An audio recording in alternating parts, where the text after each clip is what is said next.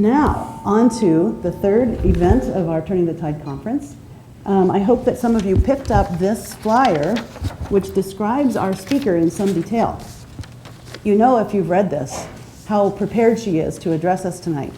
Her life has been one of commitment, service, learning, creativity, vision, caring, sharing, clear-headed thinking, and it's been a delight for those of us who've been able to spend some time with her today to realize how helpful her work is in not only this topic of relating environment and health, but in a whole systems approach, generally speaking. And she will talk a little bit about that as she describes some of the work she's done at the University of Minnesota.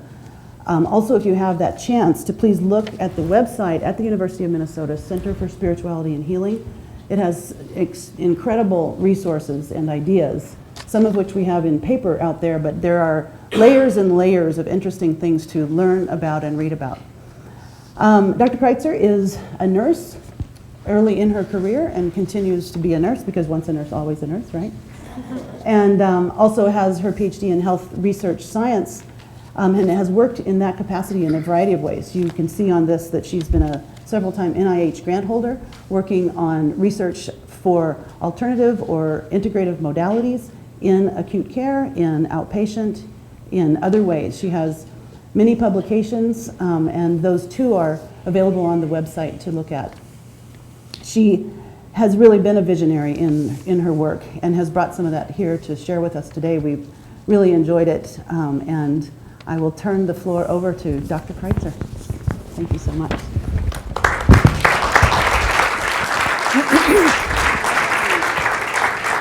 Perfect. Thank you very much, Beth, for that kind introduction. And I really am delighted to be here in Missoula. I always think of Missoula as being a wonderful, progressive community, and enjoyed so much spending the earlier part of the day with colleagues at St. Pat's Hospital. And there's an additional bonus I experience when I come to Missoula, and that's that my sister, Ann Cook, lives here with her husband, Bill. And so some of you, I'm sure, know Ann and Bill, so that's an added bonus for coming. And I really want to applaud Georgia and Beth for this amazing vision of the Turning the Tide conference. I wasn't able to be here while the conference was in session, but I've looked over the program and quite an amazing array of speakers, and it's just a really provocative concept of, how do we turn the tide. The video tonight was a great introduction, I think, to the topic that I'm going to talk about, well-being for the person and the planet. Because really what the Voices of Missoula demonstrated, that you are living in a community where people are really waking up, and that there's an incredible amount of awareness. And people are waking up to a very sobering reality, and you heard the speakers talk about this in the video, that we face a daunting economic crisis, climate change, failure of educational systems, escalation of substance abuse, and we could go on with a very long list of really sobering realities. In the whole realm of healthcare, an area where I spend a lot of my time, we also face very daunting statistics. And I'm sure many of you are familiar with these. We spend more money on healthcare than any other country in the Western world. Yet we have 45 to 50 million people that don't have access to healthcare. And we have poor outcomes. Now, some of you, that may surprise, but in terms of outcomes, when you look at mortality, we are near the bottom of the Western world. So what an irony that we spend more money, yet our outcomes are near the bottom. The statistic that I don't have on here is that in our healthcare systems, 98,000 people die each year due to medical error. And that's not a statistic I'm just kind of pulling from the sky. That comes from our governmental statistics that they gather on medical errors. So when you think of how many people died in Katrina and when the World Trade Center came down, and those were catastrophic events. Catastrophic events are happening every day in terms of healthcare. So in many ways, I think we really are facing a dead end. And this is sobering, it's daunting, but in some ways I have to tell you, I also think that it is good news. Because as it relates to healthcare and many of those other major social issues, we have reached the point where what we have been doing simply can't continue because it's not financially sustainable. And for the first time since I have been in healthcare, and that's been a few decades now, I've at many times hoped for change when change didn't happen, but I really do feel like we're getting to the point where our backs are to the wall and something different has to happen. So I was very much a part of the conversations when the health reform legislation was in process. And you were hearing, if you watched any of those House and Senate debates in Washington, that there's a growing recognition that as a healthcare system, we need to shift our focus. And sometimes people describe this as we need to move upstream. We've had a healthcare system that has been so focused on disease. And we know that it's cheaper to prevent disease than to cure it. So many describe that we have to shift from disease to health or illness to wellness. Well, in one of my experiences in Washington, I was testifying before the Senate committee, the HELP committee. Then it was at a time that Senator Barbara Mikulski was chairing that particular hearing. And the title of the hearing was actually quite interesting. The title of the hearing was Integrative Health, Pathway to Health Reform. And one of the things Senator Mikulski talked about that I think was so really provocative and significant was she said, in this country, we need to go beyond health care reform, and what we really need to focus on is health reform. Not just health care reform, we need to focus on health reform. And health reform are the things that you and I do in our lives every day. This is a turning the tide conversation. It's the food we eat. It's how much we exercise. It's our relationships. It's our sense of purpose in life. And I would suggest that we need to go certainly beyond healthcare reform to health reform, but I think we need to focus on this other notion and this bigger concept that I'm going to be talking about tonight, and that is the whole concept of well-being. And in my work, I really do experience and believe that people are yearning for well-being. Now, well-being can be defined in many ways, and I'm going to talk tonight about different definitions of well-being. I'm going to introduce you to a model of well-being that we're using at the University of Minnesota. I'm going to tell a turning the tide story, and then I'm going to talk about really, I think, this liminal time we're in when I think we face both an enormous crisis and also an enormous opportunity. And I have such a sense that you in Missoula are very well positioned to provide leadership in this area. So I'm going to talk about whole systems healing and whole systems leadership, and then I'll close with a short video. So that's kind of, if you're kind of wondering what's the trajectory tonight, that's what I'll be covering.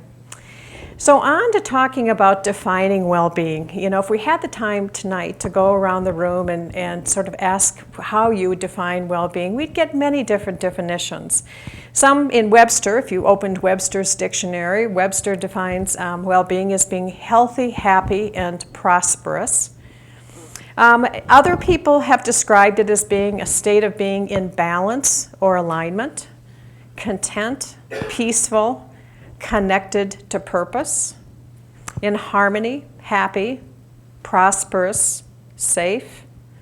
One of my colleagues describes well-being as being a holistic state of relaxed energy. It's really a state in which we feel better, we think better, and we perform better. Now, what's really interesting is the Gallup organization. Many of you know the Gallup organization from the political polling that Gallup does, but Gallup is actually quite an interesting organization, and it has studied well-being around the world for over 40 years. I mean, it's fascinating to look at the data that they have amassed on well-being and how they define well-being. It's the love for what we do each day. It's the relationships we have. It's the security of our finances. It's the vibrancy of our physical health. And it's the pride in what we've contributed to our community. What's interesting about the Gallup data is that Gallup has been collecting this data not only for over 40 years, they've collected it all around the world. They've collected data in 150 countries, tapped more than 98% of the world's population. And this is sobering. They find that only 7% of people are thriving in all areas. And so the rest are either struggling or what they describe as suffering. Another interesting finding from Gallup is that these elements of well-being seem to be universal across faiths, across cultures, as well as across nationalities. They also discovered that this whole notion of spirituality, and so we talked a lot about spirituality earlier today in my conversations at St. Pat's, and they really found that spirituality affects all of those domains of well-being, very, very core. So I invite you to be thinking about your own well-being. And as you think about the state of your well-being today, what are the things that most impact your own well-being? So the model that I'm going to talk about, and some of you may have picked up a card in the back on the table that has this model of well-being. As we've done many, many interviews and focus groups and collected quite a bit of data, we have found that there's 6 domains that come across quite strongly. And I'm going to talk a little bit about each one of these domains of well-being. The first domain being the domain of health. We would actually expand on Gallup. Gallup talks about vibrancy of physical health. We really believe that it's important to look not only at physical health, but also at emotional health, at mental health, at spiritual health, that all of those aspects are so critical. It's really about, in the area of health, how do we increase functional capacity and how do we increase vitality? So as I think about as a healthcare provider, how do I both provide care and how do I design systems? This is what I'm thinking about. How do we create systems that really expand capacity, expand potential, help people live vital lives where they're flourishing? Somebody whose life and work really has impressed me is Matt Sanford. And I don't know if any of you have heard of Matt Sanford. He wrote this book titled Waking, and it's a memoir of transcendence and transformation. Matt was 14 years old when he was in a car accident where his father and his sister were killed. And Matt became a paraplegic. And so at the age of 14, what Matt has done with his life is he's really devoted his life to learning yoga and learning of how to make a mind-body connection and teaching about the mind-body connection in yoga to people with all kinds of abilities as well as disabilities. And he recently was nominated nationally for a Vulva Award, Vulva National Award. And so there's actually videos. If you're curious about Matt, you could sort of Google him and watch a video. Incredibly inspirational. Now think about it. Matt Sanford would not fit a typical definition of just pure health. He has a boatload of chronic conditions. But Matt would describe his life as having an enormous amount of well-being. And part of why Matt has so much well-being in his life is this second domain that I want to talk about, and that's the whole domain of purpose. Purpose is our aim, our direction. It's literally the reason that we get up in the morning. It's very different from a job or career. What happens to people who retire and have no plans? Anybody know what happens statistically? They die, right. Actually, that is really known, that people who retire and have no plans are at much higher risk for mortality. Purpose is in our DNA. Having a sense of purpose is very, very vital to our health and as well as our well-being. Richard Leiter has written amazing books on purpose. This one is titled The Power of Purpose, and this actually was written 25 years ago. And it was actually shortly after he wrote the book that I think that's one of the things that really inspired me to begin to look at spirituality in a different way. This is the 25th anniversary edition that was recently reprinted and came out. Early in Richard's career, he interviewed people over the age of 65, and he asked them one question. And the question was, if you could live your life over, what would you do differently? And what people said is that they would be more reflective, they would be more courageous, and they would be clear earlier in their lives about purpose. So one of the things that we've been doing at the University of Minnesota for quite a few years now is a purpose project where we actually really offer workshops. We began doing this for people in the second half of life, then kept getting earlier. People said, we want to be addressing these core questions of who am I, where do I belong, what is my purpose, and what do I care about in life. So there's many ways to explore sort of the power of purpose in your life, but I would suggest to you that purpose and well-being are really connected.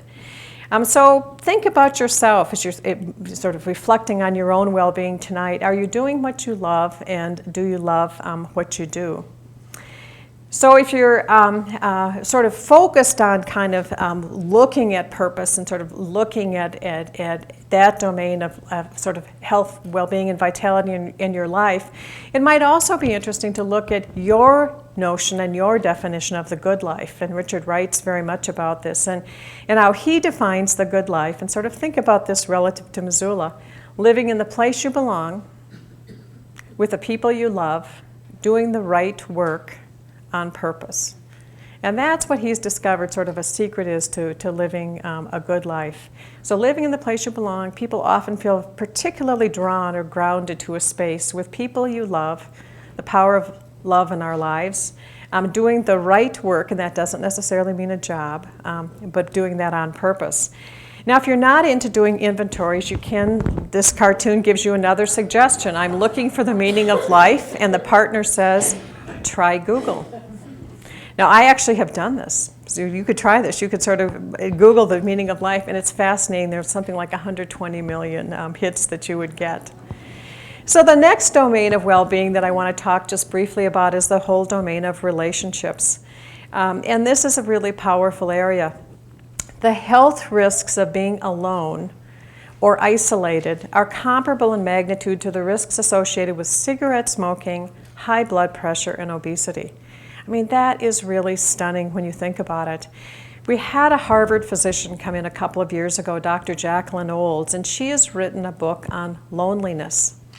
And she talks about the incredible loneliness there is in this country. And she said, you know, in these days, it's more socially acceptable to be depressed than it is to be lonely.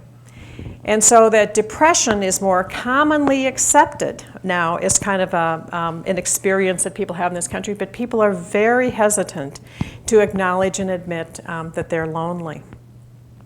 So as you're reflecting on your well-being tonight, I invite you to sort of think about questions like, do you make time for people in your life?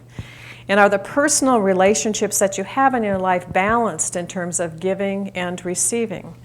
So many of us, particularly in the field where we are caregivers, we're very acclimated to giving. Some of you are shaking your heads. You recognize this phenomena, and we have a really hard time receiving.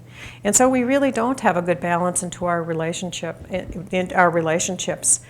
Do you listen to others without judging?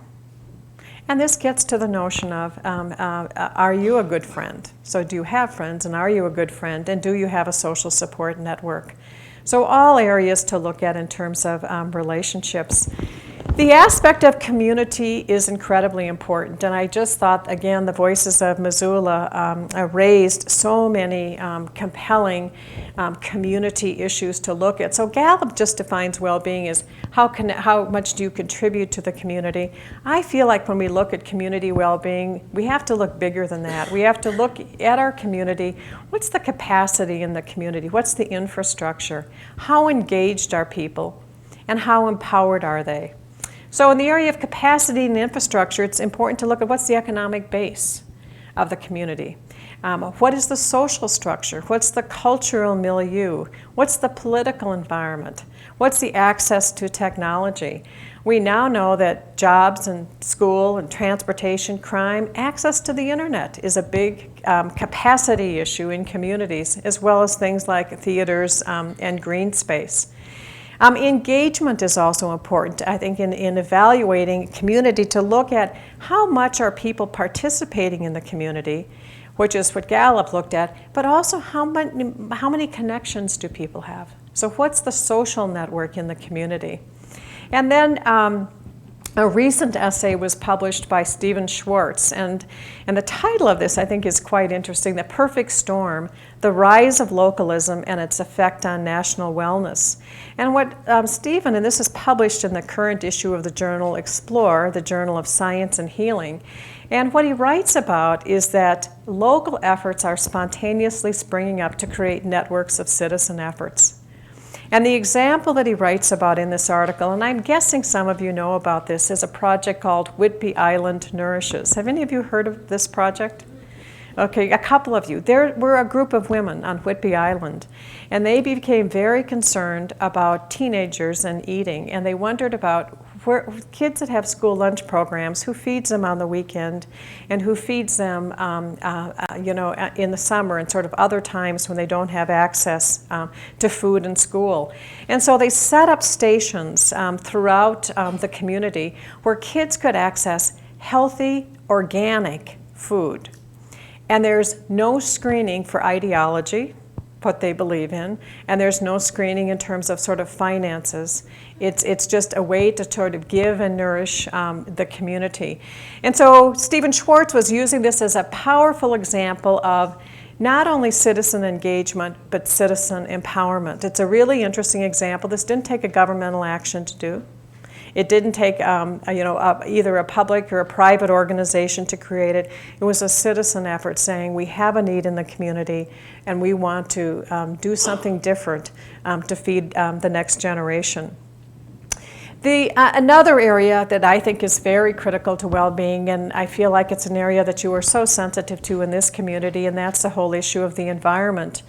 And when I think about the environment, I think of course, clean air and water, free of toxins. But I also think of access to nature. And again, Missoula is in a very advantaged position as it relates to access to nature. If you haven't read this book, I really recommend it to you. It's a book by Richard Louv called The Nature Principle. And he wrote the book, The Last Child in the Woods. Some of you might have heard of that book. And he coined the term nature deficit disorder. And it was a book about how kids have been so cut off from nature and how it's really detrimental to their growth and development as kids. Well, in doing further research, he said, guess what? Adults probably have even a bigger problem with nature deficit disorder than kids do. And he writes that the future will belong to nature-smart people, individuals, families, businesses, and political leaders who develop a deeper understanding of the transformative power of the natural world and who balance the virtual with the real. And his point of view is that the more high-tech we've become, the more nature we need. So another really critical aspect of well-being. And the final area is the whole area of security. And when I think of the area of security, I think of having basic human needs met, roof over the house, food, job, finances, safety, personal safety, safety in the neighborhood, safety in the community. Now, when you think of this well-being model, the work we are doing is actually applying this model at the individual level, but we're also saying these same domains can really be applied at the community level as well as at the organizational level. So I really challenge St. Pat's to think about today, to what extent is St. Pat's achieving organizational well-being? Because these same areas, the health of the population of St. Pat's, the quality of the relationships, the sense of community, the clarity of the purpose, security in an organization, it might be feelings of not having fear in an organization. That might be sort of a way well-being is expressed. And of course, the environment. And I just want to personally applaud Beth for the amazing work that she has done within St. Pat's on the environment, not just in the last 10 years when it's become a more common and popular thing to do, but she's been at this for a long time, so really want to recognize, Beth, your efforts in that area.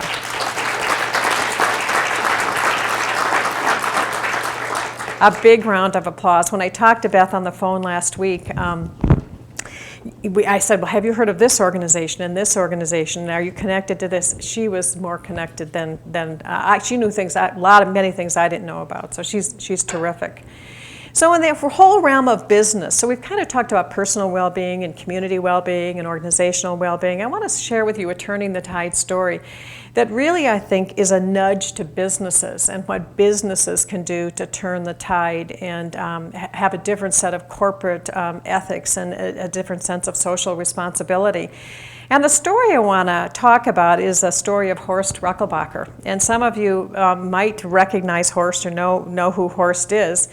Horst has written a lot and talks a lot about the business of being and the importance of business leaders who understand the business of being. And he says the business of being begins with an understanding of the importance of the interconnectedness and the interdependency of all of life. So that's his worldview, that everything is interdependent, everything is interconnected. Well, some of you are going to recognize this next company, Aveda. So in the 70s, Horst created the company Aveda. And when he created the company, it was the first time that natural ingredients and plant products were used in things like shampoos. And so that actually was quite revolutionary. But what was even more revolutionary is that he worked very closely with where those plants were coming around the world to make sure that forests weren't deforested and to make sure that the communities where they were sourcing materials were well cared for, that they had health insurance, that their basic human needs were being met. And so I think Aveda was actually one of the first companies in our country, not the only one, but one of the first that really embraced early on principles of sustainability. Now in the last few years, he's created a new company called Intelligent Nutrients. And this is actually interesting because everything in this company is certified organic. So it goes beyond just kind of the using plant-based products.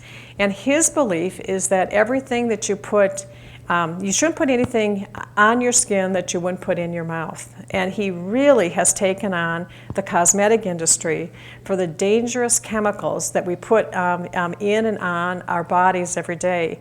And if you Google him, you can actually look at a couple of videos that are really incredible videos that talk about the fact that women, before they leave to go to the office every day, likely put on 12 to 15 different chemicals.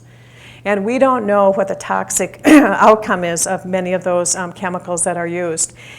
Horst has also written a book, and the book is called Minding Your Business, Profits That Restore the Planet. And it's a really simple read, and I really encourage you, to read this. I think it's not been a widely acknowledged or known about book. And I discovered, and I was actually so motivated, I wrote a review on Amazon. The core of the book is that what we do to the planet, we do to ourselves, that our actions come back to us one way or the other. Our actions will eventually return to us with either benefit or with harm. That when we live by sustainable principles, we are sustained, and that is what enlivens us. That is what really brings us vitality and well-being. That the art of sustainable success and the business of well-being really begins with skillful management of our inner business. And so this is part of his challenge to anybody who's a leader in an organization. The business of being and being a leader really begins with attentiveness to our inner business. And attentiveness to our inner business is being aware of our thoughts, our emotions, our impulses, our feelings, the inner forces that drive our actions and behaviors. So earlier today I was talking with Marianne about the Leadership Formation Program at St. Pat's. And I was so pleased to hear the focus that there is on personal growth and personal awareness. That's the essence of being a good leader, is having that sense of personal awareness.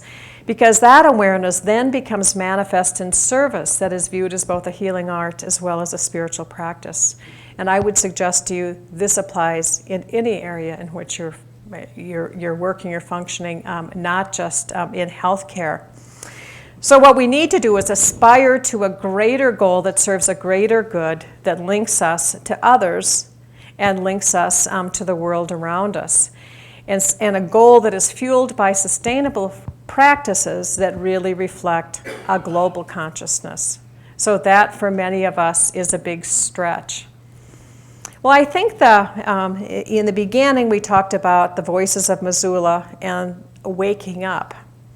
And at this point, I think I would sort of pause and say, think about the fact that the crises that we are facing at this time really are going to require a different strategy. It's going to require a different mindset, and it's going to require a whole different set of tools. Many of you are familiar with a quote by Albert Einstein: "No problem is solved by the same state of consciousness that created the problem." So Einstein is saying we have to sort of embrace a different consciousness to address problems. I love this sort of next quote by Horst, of all people. "No problem is solved by the same state of consciousness that only sees the crisis as a problem." And that is an interesting turning of the tide, because I do believe that those of us who are on the planet at this time face an enormous opportunity, where in many ways, in communities like Missoula, where you're one of the sort of transition towns who are really trying to model doing things different, you're ideally positioned to provide leadership that advances spirituality, sustainability, and well-being in ways that draw upon our full humanness and also operate in harmony with the greater principles of nature. You know, when you look at the Chinese word crisis, it's actually made up of two different symbols. And one symbol means danger, and the other symbol means opportunity. So any crisis that we face, I think whether it's a healthcare crisis or a planetary crisis or climate change, it is a time of great danger, but it is also a time of opportunity. And I think perhaps the hidden purpose of a crisis is that it forces us to dig deeper, to make a quantum shift in our being, to access vitality, creativity, and vision. And isn't that what you heard from the kids on the video? I mean, that's the next generation. They had the inspiration to say, we can think of ways to tackle these problems. What I also believe is that these times really require that we take a whole systems point of view. And we really look at the need for whole systems healing. Too often in this country, we've tried to solve one problem at a time. And I often heard, even during the last election, and I've heard about it for the last 4 years, people saying, why don't we just do one thing? Why don't we just tackle the healthcare crisis or the economic crisis or the education? They are all connected. You can't address one of these problems without addressing another. I think whole systems healing and I think turning the tide, reclaiming human health by restoring the planet are two sides of the same coin. I think we're talking about exactly the same idea. It's a way of cultivating the health and the well-being of individuals, communities, and the environment by living and acting with an awareness of the connectedness of all living systems. So it's a deep appreciation that the health of people is so connected to the health of the community, to the health of the environment, that we can't separate those. So you picked perhaps up some cards about whole systems healing, and Beth mentioned we have a whole systems healing website. And I'll just tell you, we aren't selling anything on the website. It's free to access and we're not selling. But we really do believe that people, to understand these ideas of interconnectedness, and how all of life is interconnected, it's really important that people have some basic understanding of complexity science and chaos theory, understand the power of social networks, understand how social change and innovation occurs. So if you're going to be a transition town and if you're going to be agents of social change, you need to understand complexity, how to use networks, and how to reach a tipping point in the community to really achieve enduring change. And all of that needs to be fueled with a deep understanding of the importance of sustainability. Whole systems healing is a way of thinking, it's a way of leading, and a way of healing that prepares us to be agents of individual growth, social change, and environmental restoration. And I really believe that is what our call is as citizens of Missoula, as citizens of the world, to be agents of social change and environmental restoration. So if you're curious about sort of what sort of whole systems healing is about, I encourage you to look at the website. And in addition to those concepts, we have information on things like gentle action. And gentle action comes from the work of David Perry, who has a Perry Center in Tuscany. Wouldn't that be a lovely place to go and study? And the idea of gentle action that comes from complexity science is sometimes very gentle actions that are persistent actions taken by large groups of citizens can create enormous changes. There's information on reflective practices, restorative dialogue, how to become a social entrepreneur, and also the whole area of leadership. And I'll say just a few words about whole systems leadership. So whole systems leadership, I think, is leadership that's different than what we sometimes have experienced, which is a hierarchical, top-down kind of leadership. Whole systems leadership is a whole person, whole systems approach that has as its focus improving the well-being of people, communities, and the environment. It's a type of leadership that is both participative and responsive. So it's a type of leadership that is deeply, deeply engaged. So one of the things we talked about at St. Pat's today is in some of the new initiatives that are unfolding around some new programs and services, the deep importance of engaging the community and really listening to the community and really understanding what the community needs and wants. Way too often in healthcare and in other areas, we, being sort of the professionals, go off to the side, do our best work, and sort of craft what we think the solution is for society, and we bring it to them, and then we're surprised when it doesn't meet their needs. So a new form of leadership is one that is highly participative and human-centered, as well as responsive to ongoing community need. So whole systems leaders demonstrate awareness of self, awareness of systems, a capacity for deep listening, and ability to seek diverse perspectives. Sometimes you learn the most from people who don't agree with you.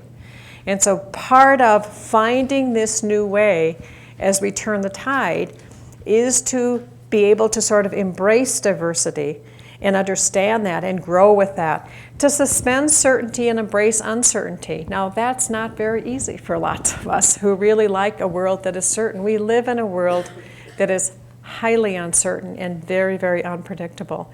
And so how do we open ourselves to that and embrace uncertainty, and then learn how to take adaptive action? And that really comes from the whole world of adaptive leadership. And the need to create, again, strategies that are responsive. Whole systems leadership evokes innovative thinking, and it allows answers to emerge from diverse perspectives.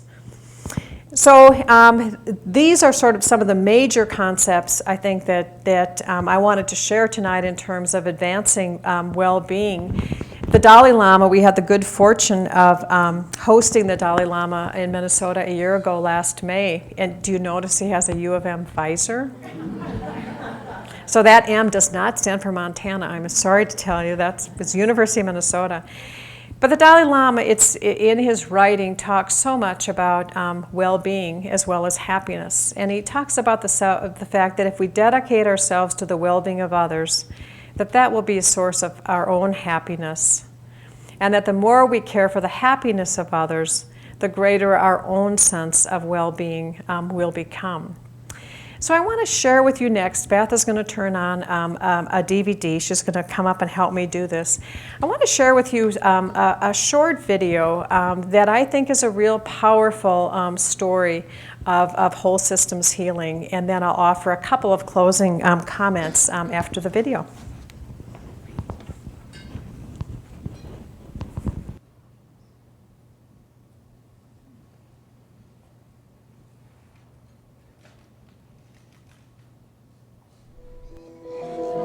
The 10-metre-high curtain of gas struck without warning. It ate away at its victims' lungs and throats, causing hemorrhaging, muscular convulsions, and blindness. Night, when the incident happened, there was chaos everywhere. People were defecating and urinating in their clothes. They were begging to die. They didn't want to live. When I opened my eyes, I just saw bodies all over. Those were the dead bodies of small children, women and men of all ages in horrible condition. It was so terrifying.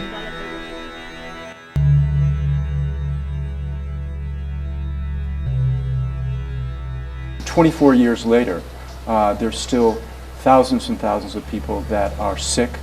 Their children that are born from the survivors have second-generation health impacts.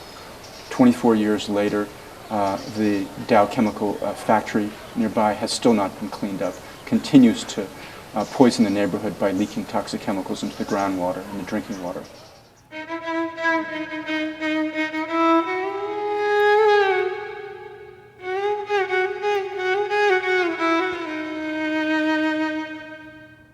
When we started, we just had 1.5 rooms for the clinic. And very soon, because of the effectiveness of the treatment that Sambhavna was offering, there were many people coming every day, so much so that we just couldn't function in those 2 rooms. And then we sat together, people working in the clinic, people in the Sambhavna Trust sat together and meditated on the kind of building we wanted. We knew what we didn't want. We didn't want closed space, we didn't want a building that smelt of chemicals, we didn't want a building that people thought was a prison more than a place to get well. And we were able to get the building ready in about 15 months' time. Amid this toxic disaster, this clinic has grown up. It represents an oasis of healing amid chemical disaster. This clinic offers the best of Western medicine and traditional Indian medicine, growing in a garden space the herbs that are needed to treat the ailments that the Bhopal survivors face. The clinic has offered free medical care to over 20,000 people, and not just offering medical care, but teaching people about how to heal themselves, how to grow the herbs themselves and bring it back to their homes and prepare the medicines so that they could actually take responsibility for their own healing. Sambhavna represents the kind of 21st century healthcare that we all need, where primary healthcare is provided to people who need it, free of charge, and it's appropriate to their health problems. It educates them about how the environment is impacting on their health and helps them reduce their exposures as well as support their immune systems. The other key thing that the people who work in the garden do is encourage people to grow their own herbal plants, to grow their gardens. Doctors would prescribe a plant to people. It's very unusual, but doctors would ask a person to go take a plant from the garden and take it home, and so that they grow the plant and take care of the plant, and the plant takes care of their chronic problems. And we've had very, very good results of this. Right now, we have at least 5 gardens in the communities where people are growing themselves collectively, but there are hundreds of people who are growing medicinal plants. And we see a lot of hope.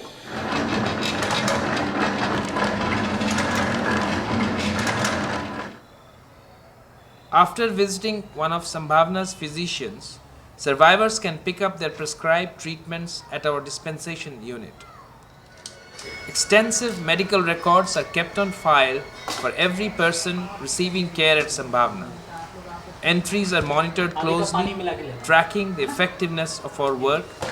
All treatment is provided at no cost to survivors. All of the clinic's medical work is supported by our in-house pathology lab. The lab performs a range of blood and urine tests, providing accurate and efficient results towards diagnosis and treatment patterns.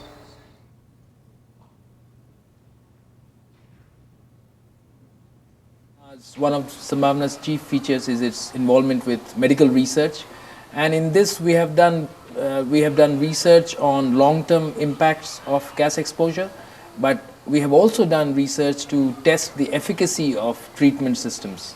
So in researching long-term impacts, we have studied, one of the key areas that we have studied is the effect on the next generation.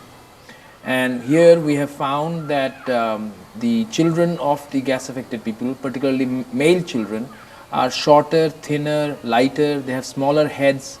So we are talking of an entire generation marked by Union Carbide's poisons. And this has been possible by very rigorous and systematic research by Sambhavna staff members. So that and this research was published in the Journal of American Medical Association in October 2003.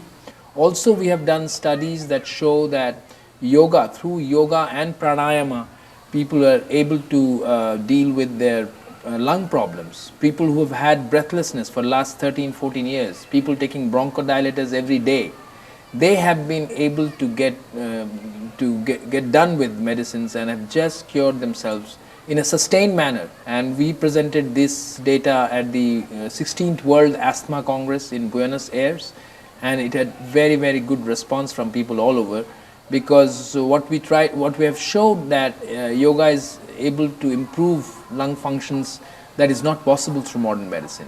Sambhavana Clinic also embodies many of the sustainable design principles that are being experimented on in American and European healthcare community.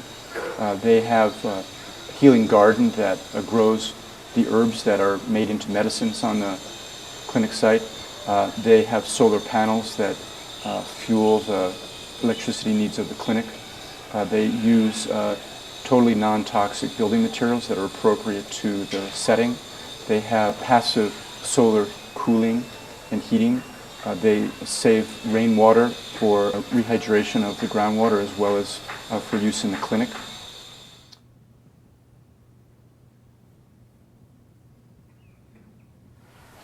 In Bhopal, you see the power of a growing movement for a toxic-free future. You see mothers, nurses, doctors, people who are saying that we all need to live in a world that is not poisoned by chemicals, that is not threatened by global warming, that supports life on the planet and the conditions for our health and the health of our communities. All this together, what we are trying to do is to create a model response to chemical disasters, and also to create a setting in which not just people in Bhopal, but people everywhere who are suffering from industrial diseases, suffering from diseases caused by industrial and environmental pollution, can get effective and sustained and simple treatment.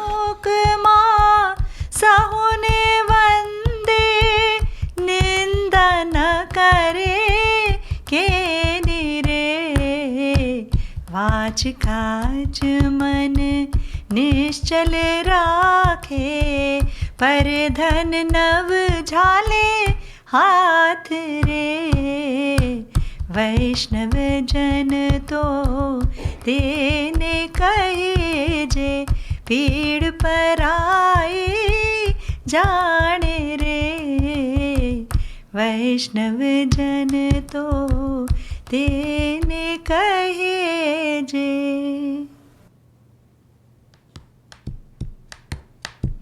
As I roamed and I rambled and I followed my footsteps to the sparkling waters of the river Ganges, and all around me a voice was sounding, this land was made for you and me.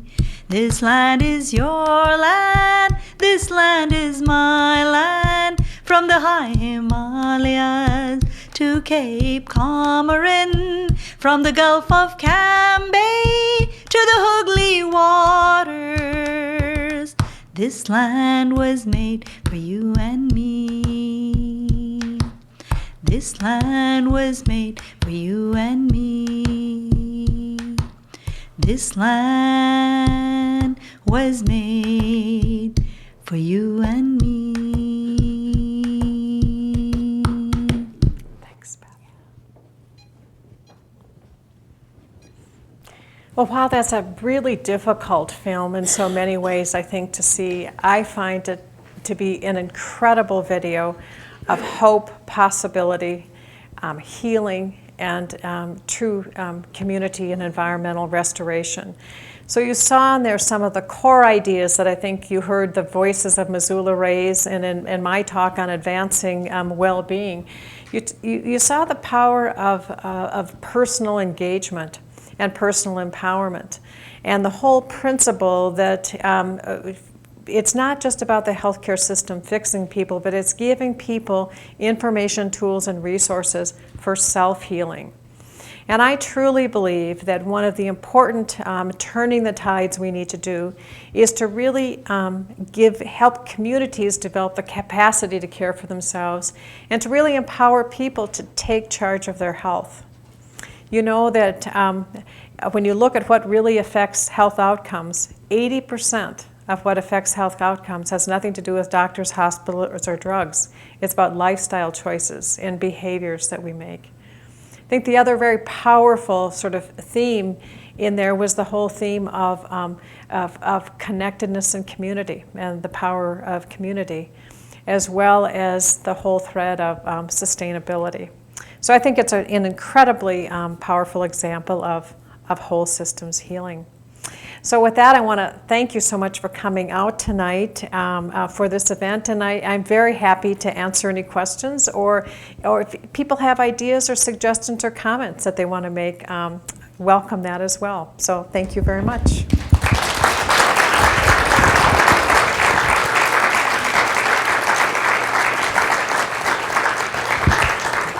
And we'd ask that we catch your questions on the microphone because this is being recorded for MCAT, and that makes it make more sense. So if anyone has a question, I'll come to you. Or comment. Or if you have a comment about the video, it would be great to hear what your thoughts were about the videos, either the Voices of Missoula or the garden in Bhopal. So anybody want to comment on what might have been moving to you? I know that the Healing Garden in Bhopal, you can actually also pull that down off the internet. So that was produced by Healthcare Without Harm, and that is available. You mentioned Transition Town a couple of times, and if people are interested in being a part of Transition Town Missoula, they can go to transitiontownmissoula.org. And there is a link, contact us, and you can be part of a study group to find out about it. Would you say a little bit more about what Transition Town is? Because everybody might not know, so thank you for standing up. Yes. The transition movement is all over the world. It only started in 2006 in England. It's now all over the world, including about 133 towns in the U.S., and it is developing local economies and resilient communities in the face of climate change and peak oil. So it's a powerful example of citizen, not just engagement, but empowerment. So citizens taking charge. So thank you very much. Any other questions or comments? Yeah, okay, a couple over here.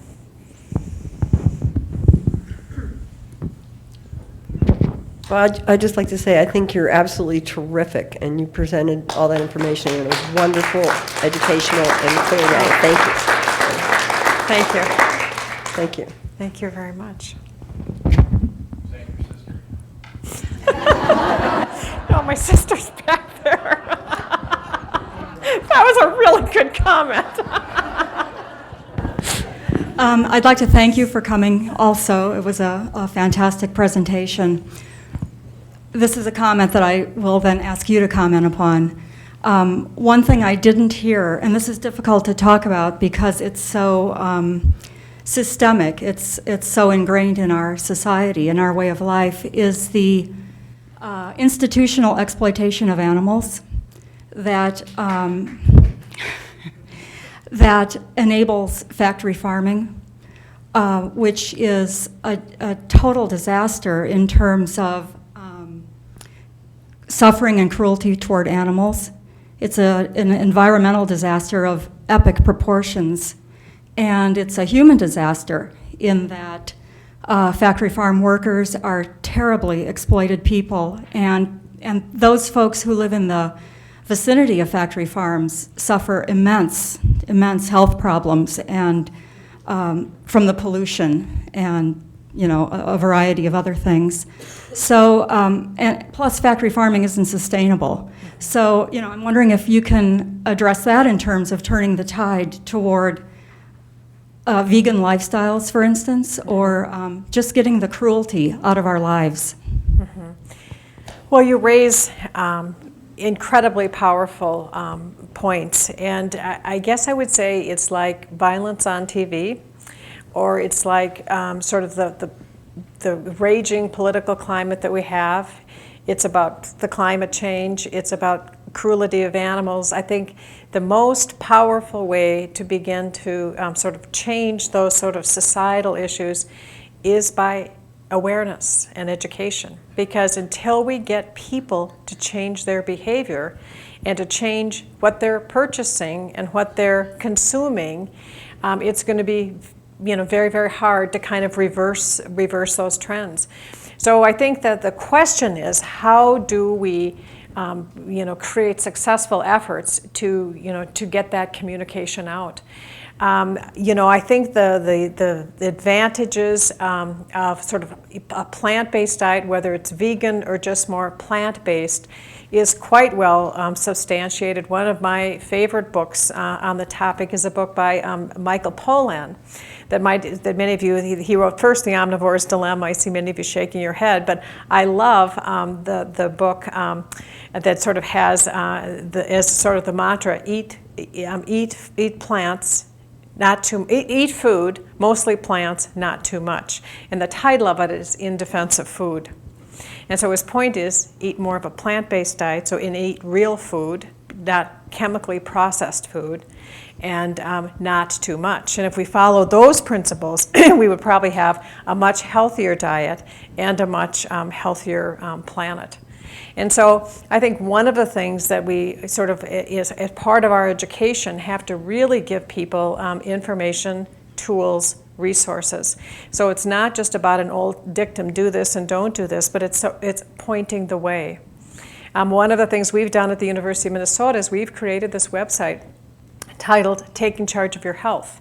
And it helps people develop a personal plan for health and well-being, learn how to navigate the health system, and how to explore healing practices. We have a lot of information on there about sort of sustainability and healthy eating. And I'm going to check when I get back and see if we have information on the issue that you raised. I'm not sure we do, so thank you for raising all of our consciousness. Yeah, another question here. Can you just wait for the microphone so it gets on? Thanks. In order for folks to be able to make changes, they need to know why. They need to know why and how it's going to work. Otherwise, folks are kind of resistant to try something they're not familiar with. Yeah, I mean, your point is good. It's not just telling people what to do and what not to do. It's raising awareness and explaining why. And so sort of the why piece is a real critical piece. Another comment? I'd like to say one more thing. Anyone here, in the spirit of forwarding that awareness, anyone interested in exploring animal exploitation and how it affects our lives and our planet can visit my website, which is othernationsjustice.org. So you raised sort of another, when you mentioned farming, that I wanted to mention, sort of a positive aspect of sort of a new form of healthcare that's very prevalent in Europe that I've been studying the last few years, and it's called green care or social farming. And I don't know how much you've sort of heard about this, but in Norway alone, there are 1,000 green care farms. And green care farms are people where they have actually therapeutic programs for people with mental illness, with disabilities, where care is provided. People are engaged in meaningful activity. They're growing organic produce for the country and doing other wonderful and productive things. And the evidence, they're collecting evidence at the governmental level, and they're really finding improved health outcomes at a reduced cost. And so I think it's a really powerful example of, again, a new way, and really tapping into healing power of nature as well as healthy farm. Yeah.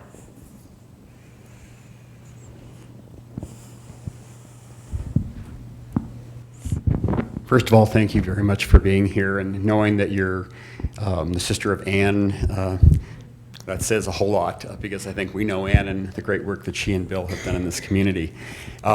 Your whole systems leadership concept, I think, is a powerful one, and you talked about how that ends up being important in terms of community and participative and responsive. And so I started thinking of the Missoula community, and I think of St. Pat's, and for that matter, community, hospital as well, and our obligation really to find out what it is the community wants. I mean, that participative notion. You said all too often medical people do their thing and say, okay, here's our plan, instead of going to the people and saying, what do you need? Right. Needs assessment is something that obviously hospitals, medical providers need to begin doing in terms of their communities. What ideas would you have in terms of community-wide needs assessment, where you really engage the people of Missoula, let's say, in talking about what it is that St. Pat's and community hospital and other medical providers can do to make this a healthier community and be responsive really to the needs identified? Well, I think that it's a great question, and my response to that is to set up many forums for deep listening. Too often, community assessments are collecting statistics and collecting numbers and not collecting stories and not connecting sort of real life experiences. And I'm both a quantitative researcher, so I know statistics and numbers, but I'm also a qualitative researcher, and so I really value the power of story. And so as a qualitative researcher goes out, you listen until themes start to emerge and you get what's called saturation. And then you have a sense, I've captured and I understand the story. And so as I was talking with the folks at St. Pat's today, I said, a new way of planning, and this is really happening not only in healthcare, but in planning transportation and planning education, is using an approach called design thinking. And it comes from actually the world of design. And if you're curious about this, there's a book by Tim Brown called Change by Design. And it's that you start with anything that you're doing by really looking at what is desirable. And not desirable in the minds of just St. Pat's or community, but desirable in the hearts and the minds of the people that are served. So that's looking at true need. That's what's desirable. And then you look at what is feasible. And feasibility has to do with what's possible and capacity and infrastructure. And then thirdly, you look at what is viable. And what is viable has to do with what is sustainable and that which endures. Now, what I think the provocative challenge is, and while I believe so much has to happen within St. Pat's and within community and within our healthcare system, so don't misinterpret me dissing that and saying we don't need healthcare, but the citizen action that I think is needed in communities like Missoula and around the world is to say, how are we going to really empower citizens to take charge of their own health and to care for each other? So part of the learning from the Healing Garden in Bhopal was not just giving people herbs, but saying, go home and plant them and sort of discover how herbs can be, helpful in your healing. I think one of my sort of favorite writers is a book called The Careless Society by John McKnight. It's really old. I'm dating myself. It's probably 20 years old. But John McKnight writes about the fact that we have become a careless society in ways because caregiving has become so professionalized. So we almost assume that we can't help each other because we have to sort of go to the professional caregiver. And he tells a story in the book that's kind of an extreme story where a neighbor dies. And the feeling in the house of the neighbor next door is, well, maybe I shouldn't go over. Maybe it's the role of the grief counselor to sort of support that family that's grieving. And so what his message is that we have so sometimes medicalized, human phenomena. So how do we create the capacity for caring in the community? So whether it comes through the hospitals, whether it comes through community organizations, whether it comes through neighborhood associations, I think that the real answer is deep listening. because the answers for Missoula aren't going to come from outside consultants. They're going to come from the hearts and the minds of the people that are here. You know what needs to be done.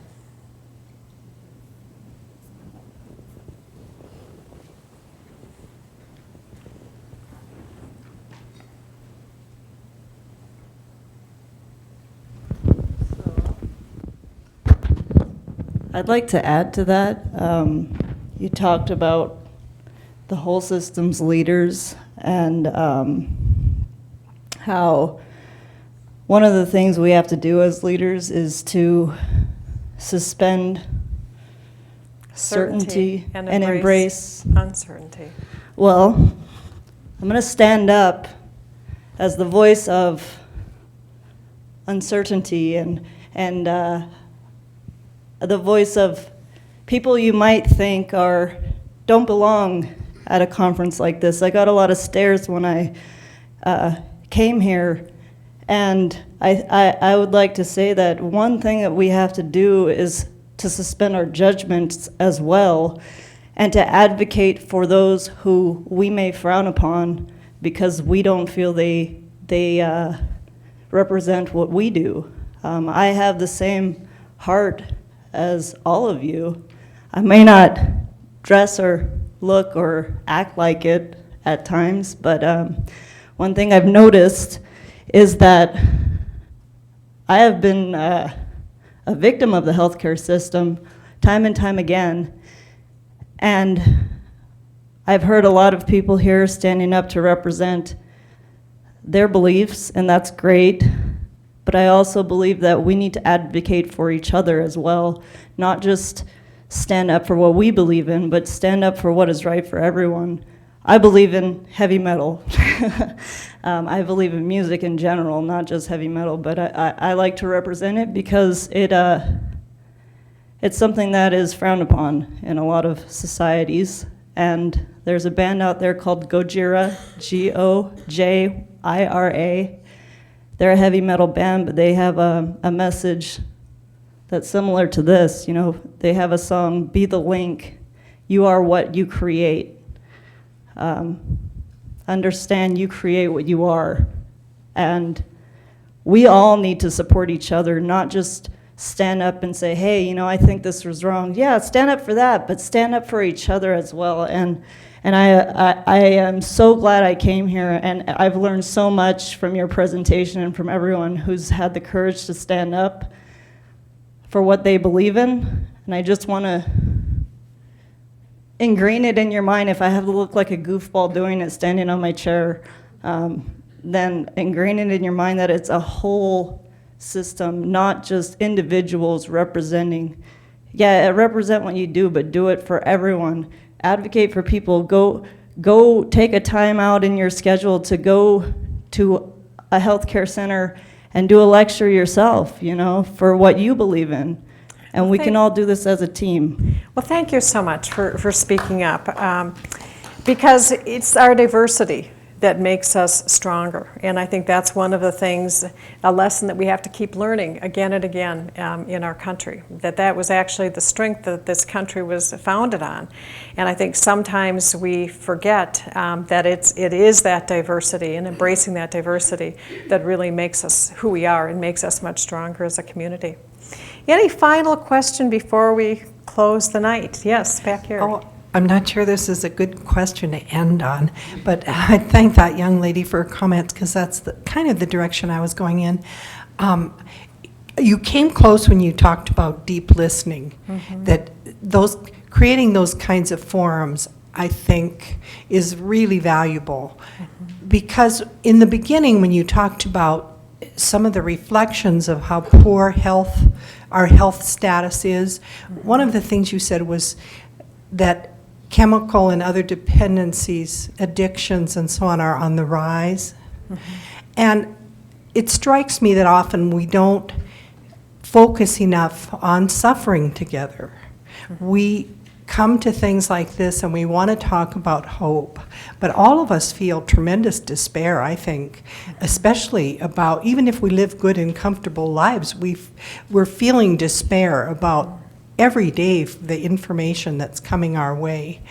And I was so struck by how the video, how those people managed through the most despairing circumstances to muster enough hope to start a path that light was full of light. It's really a remarkable example to use.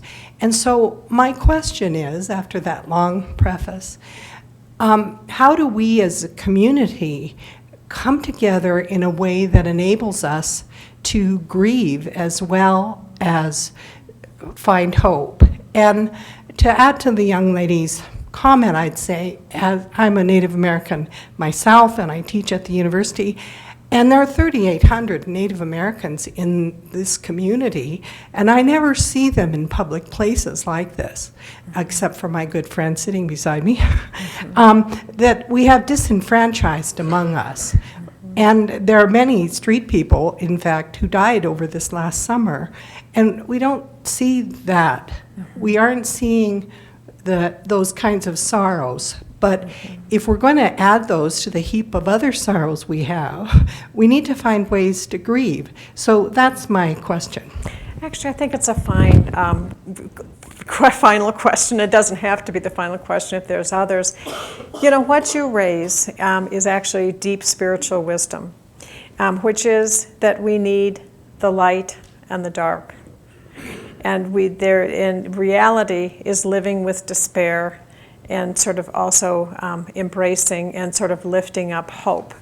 That is just reality. And so deep listening is a way of acknowledging all that there is. So it's not just sort of looking for, sort of how to fix. You can't fix until you truly understand sort of what the nature of problems are. So it's really a both end.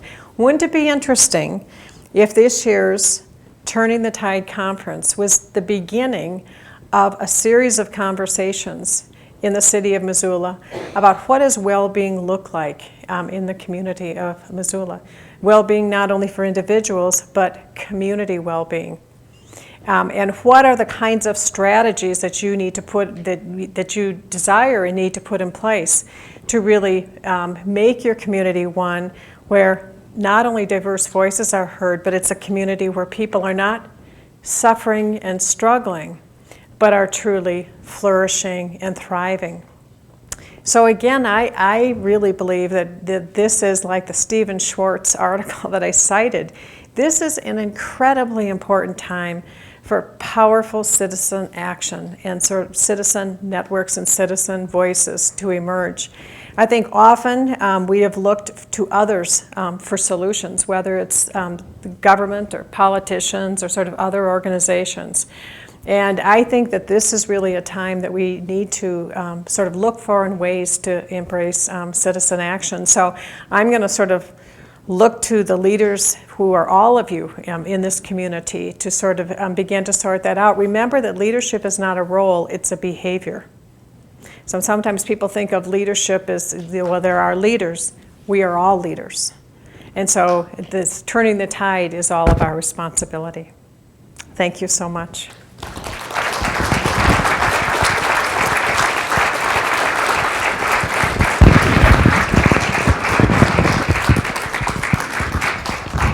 Dr. Kreitzer, thank you so much for your wisdom and your generosity and your clarity and your compassion.